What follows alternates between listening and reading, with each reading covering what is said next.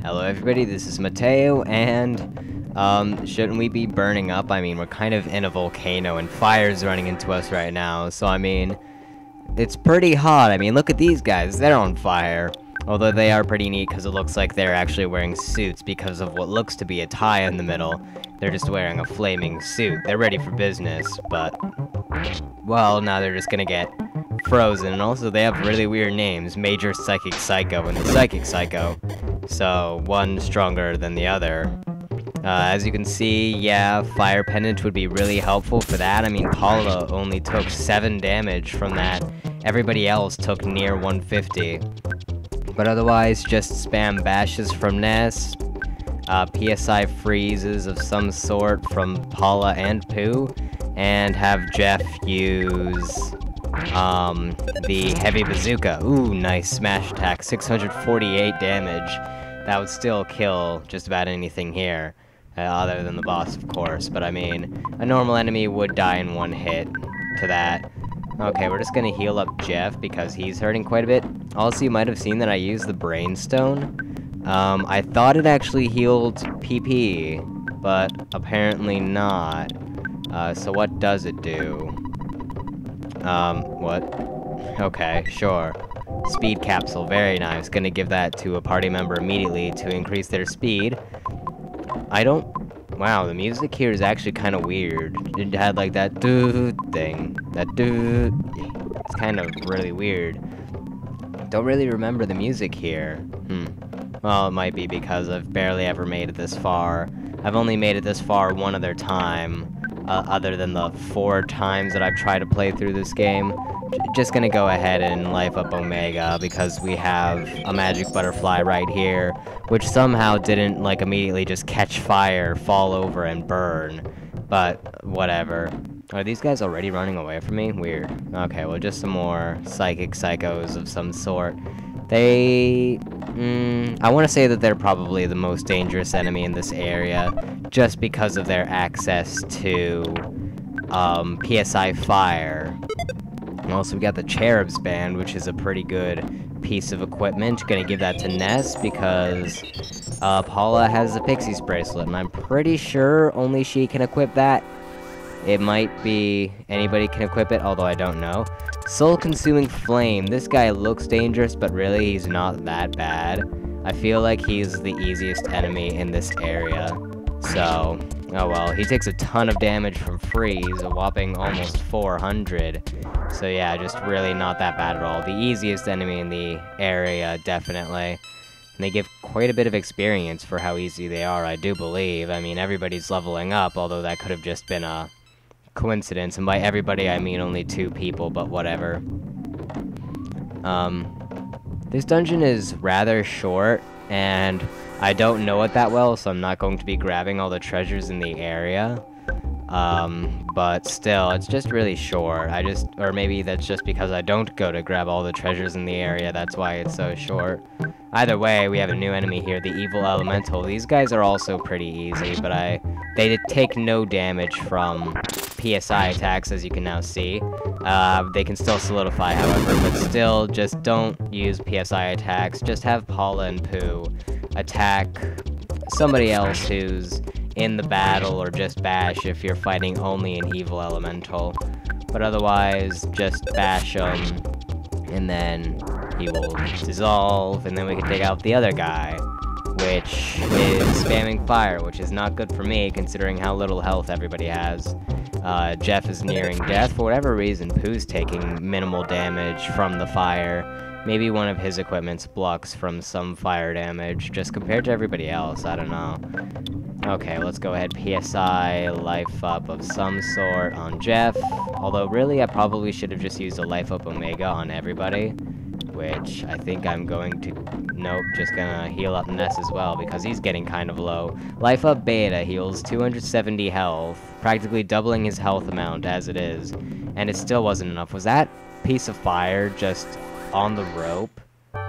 Also, I forgot to cut this battle out. I'm guessing it was maybe to show off what one of the enemies could do, or I just forgot, or I don't know. Well, there goes the Evil Elemental. I don't even really know what he can do, because he got solidified in the last battle.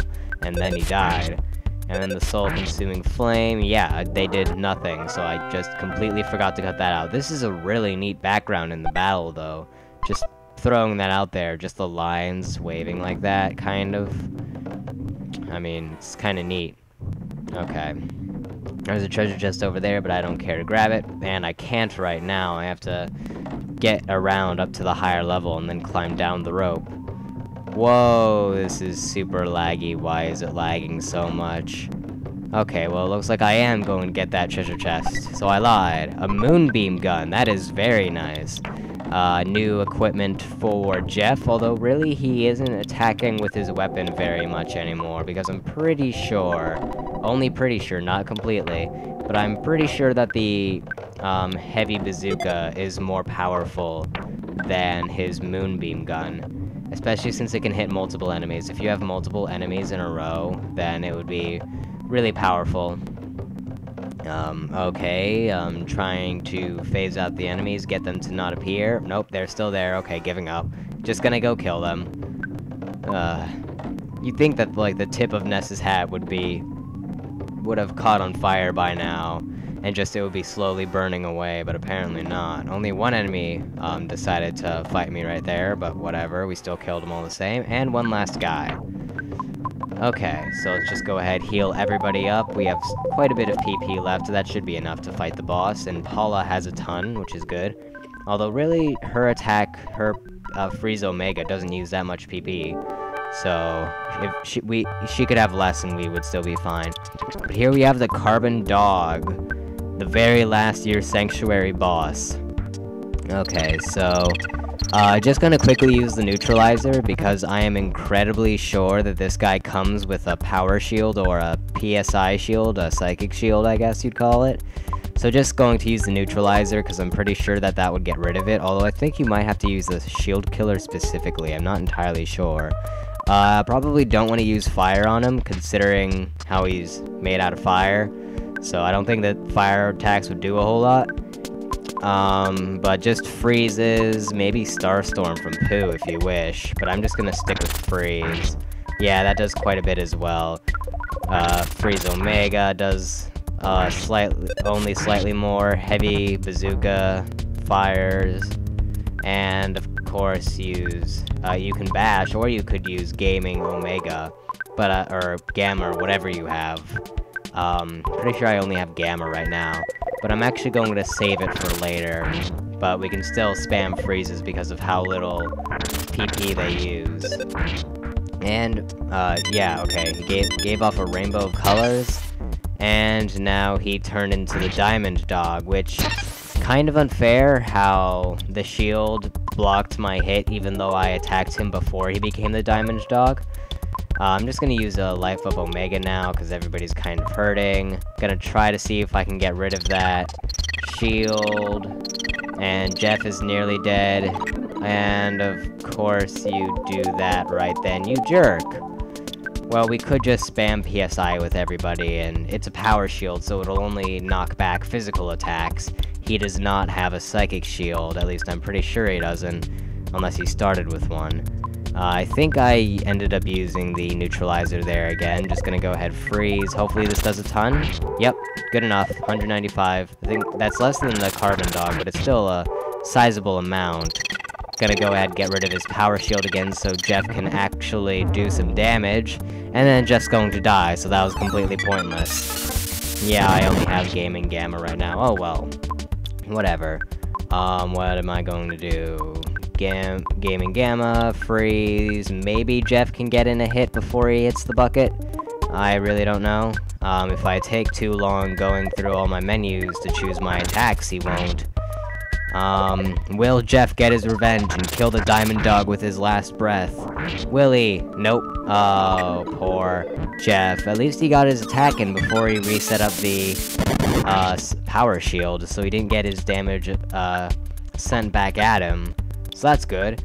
But now Jeff is dead, I'm not going to really care to heal him. He's probably the weakest member in the party, at least in my opinion.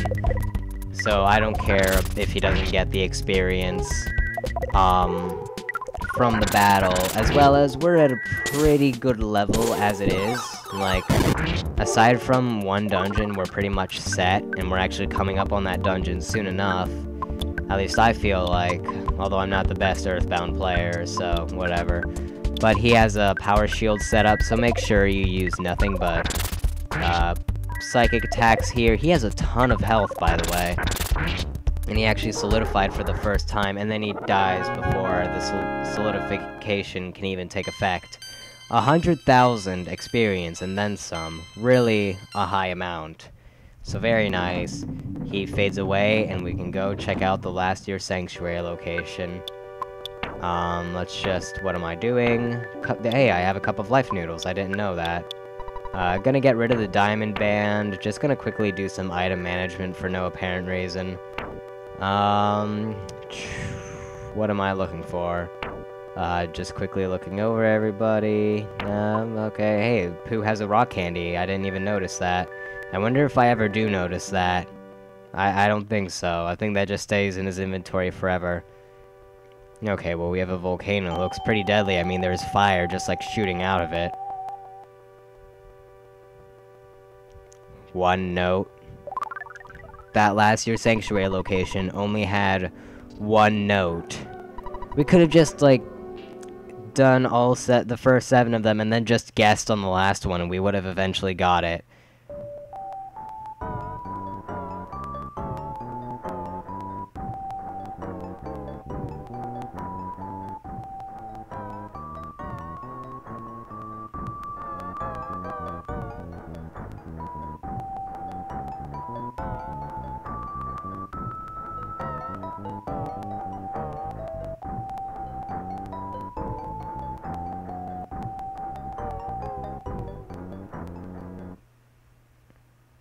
I really like that song, so I just stood quiet for a minute to listen to it. It's a very neat song, and it all comes together, like, all your work, your journeys, all those bosses you fought, and all those your sanctuary locations you went to, and it just all came together into that very pleasant song. It just sounds kind of triumphant in a way, and this is kind of weird. Just gonna go with it, I guess. It's only Ness by himself in grayscale. And oh, look, there's a fence. And there's a home. Is it my home? Or Ness's home, rather? Most likely. Oh, he just dissolved. Okay, sure. Yeah, now Ness is just a dissolved ghost. Whoa, look, there's King when he was little. Nice. Oh, that's actually kind of funny. And then let's just head upstairs. Will we see Tracy when she's little? She's probably in her room, or maybe she's just not around. Maybe it's just King. Oh, hey, look, it's baby Ness. And apparently the parents are there too, but you can't see them. But yeah, this is Ness when he's a child. Probably when he was born just recently. They're mentioning King being jealous, so I'm assuming that this is like sometime within the first week. So Tracy wouldn't be around because she's the younger sister, I'm pretty sure. Despite the fact that she's working at Escargot Express, but whatever. And just kind of foreshadowing to his psychic powers right there. Although really by now we know that he has psychic powers, but he was foreshadowing to his parents that he does in fact have psychic powers. So just kind of interesting. And now, if I recall right, it gets kind of weird. Yep, pretty much.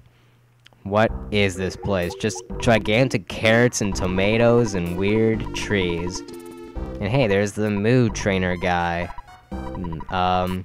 Okay, Magicant. That sounds familiar from the last game, in fact. Although it's not as, important as it is in the first game. I mean, in the first game, you'd go to Magicant quite often, whether it be to grind or buy your equipment. But in this game, you just come here once after you get all of your sanctuary locations. So there you go. Okay, just gonna do some item management again. Luckily, they gave you a chance to use Escargot Express. But apparently, this is a realm within Ness's mind. It's So when you talk to people, they will change the colors of the area to reflect how they are in his mind. So it's kind of really neat, or something like that. And I don't know, it's just kind of neat to see the colors change and how they coded this. Like, talk to his mom, it turns all pink. King doesn't change the color at all. Have we even seen that little chicken sprite before at all, ever? Oh, hey, look, it's that ninja rabbit. You turn the place all orange and black. It's like Halloween. And here's Everdread. So it's just kind of really neat to talk to all these... Why did Everdread just leave? I don't get it. Oh well, it's just kind of neat to see the color changes in this area and just talk to all the people that you've met throughout your journey. Although they technically aren't the same people, they're Ness's memories of them.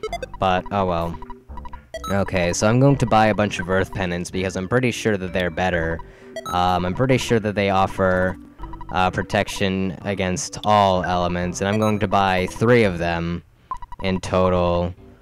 1 for Ness, 1 for Jeff, and 1 for Paula. Again, Pooh cannot equip. Well, he can equip it, but it will give him no boosts whatsoever. Now we're just gonna go ahead and pick up the receiver. Apparently we're able to call our mom and dad from within our own mind.